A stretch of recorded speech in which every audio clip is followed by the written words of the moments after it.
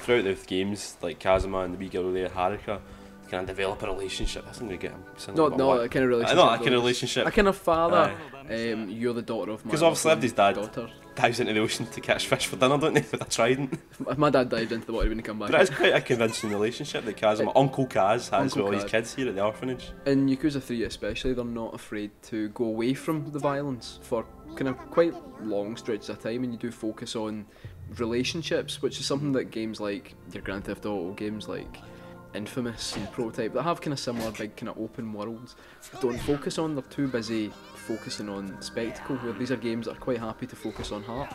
A lot of reviewers last year, when it came to Yakuza 3, our game of the year, a lot of reviewers marked it down because you spent about 3 or 4 hours at the beginning of the game taking care of these kids, entertaining them with like wrestling, fights and stuff like that, and you know, not really getting on with any sort of story, and a lot of folk got bored of that, but I loved all that.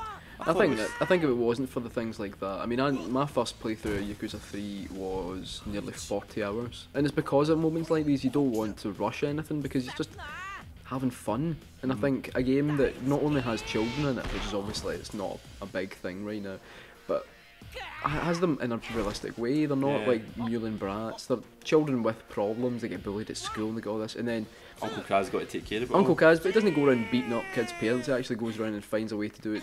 And still, there's Christopher Mawson's now offline. He does it in a way that feels realistic, and it's just good. It's good to have kids in it. But Haruka's probably the main draw for that. She's probably the only little girl in the game that isn't annoying.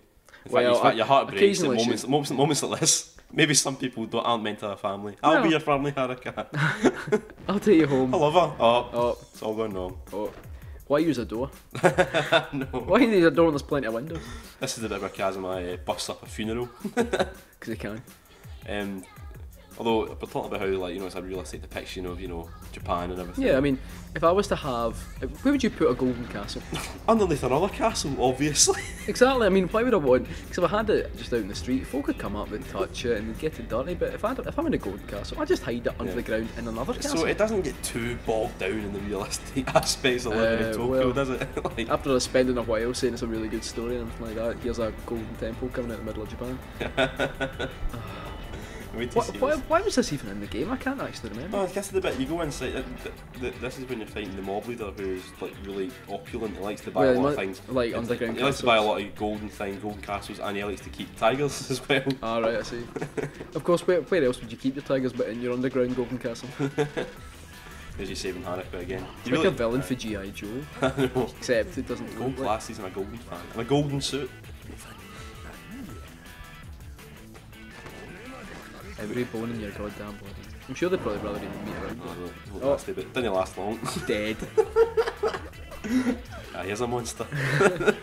Oh, look at that. So it's full of these weird moments as well, and not many, and a lot of weird characters, especially Majima. Majima, who goes from in the first game being like your enemy to being in Yakuza 2 your enemy to in Yakuza 3 being your best pal. Yeah. But without any major change in how he fight, you still fight him in every game.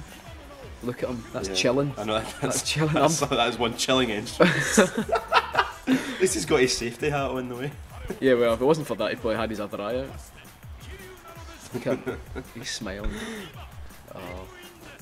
You know, I feel all these brilliant, crazy moments that they just make him remember. I don't think there's a game series out there that really doesn't take itself seriously in this way. But without making it a parody, it's quite happy to have emotional moments and moments of poignancy which do work, even though obviously we're listening to it in Japanese and reading text. I mean, then they've got bits. He's fighting a bull. Oh, throw it away. Oh. He doesn't just turn it over, he actually throws it. Boss. Oh, shuts off. Every time you find somebody major in the game, the shuts come off. It's brilliant. Oh! But, I've got a tattoo like that on my back, but it's totally talking about it. But one of the things that sums up just how amazing the character Kazuma is the fact that you can take some time out, play some karaoke with a beautiful woman. So we all do that. Right? We're going to leave you now with a beautiful rendition of Kamurocho Lullaby. Our favourite song. But should we sing it? Should we sing it? Butterflies.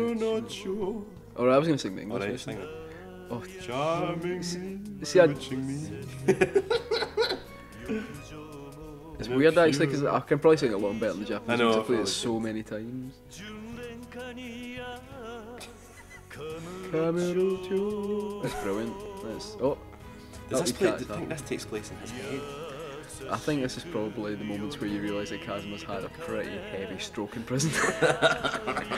And people or maybe people aren't coming up to the street and trying to fight him. Maybe he's starting to fight. Maybe it's like Fight Club. It's great watching the cutscene for this because it means you can actually read the lyrics, which is something you never, because it's such even in the cities we have defiled. Because it's so difficult to actually do these games, you don't take in any of the cutscene, you don't take in anything. How radiant, snow, moon and flowers. Brilliant. So that's why we love Yakuza. He's the hardest bastard in video games and he just sung a song. He just sung an amazing song. Look at him. It's a beast. And he's going to take that woman home and he's going to show her a right good time. She's going to send him an email and he's never going to reply to it. And that's why we love Yakuza, and that's why we're looking forward to Yakuza 4 more than any other game this year. Maybe any other game. Stop it there. Stop it there, that's it.